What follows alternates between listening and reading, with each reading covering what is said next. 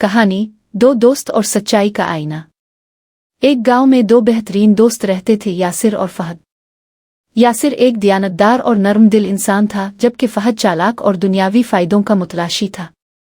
दोनों बचपन से साथ खेलते पढ़ते और ख्वाब बांटते आए थे, मगर वक्त के साथ फहद के दिल में दुनिया की चमक दमक ने लालच भर दी। एक दिन गांव में ऐलान हुआ कि जो भी शख्स सबसे अच्छा और सच पर मबनी मजमून लिखेगा, इसे शहर के बड़े स्कूल में दाखिला और वजीफा दिया जाएगा।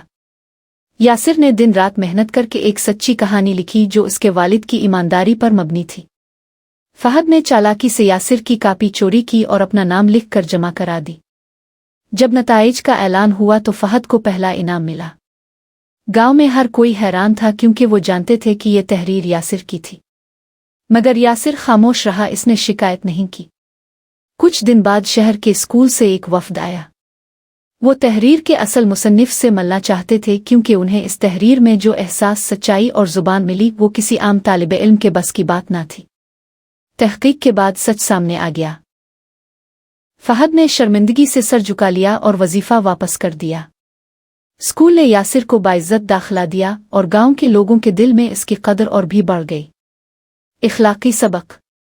सच्चाई देर से सही मगर जीतती जरूर है।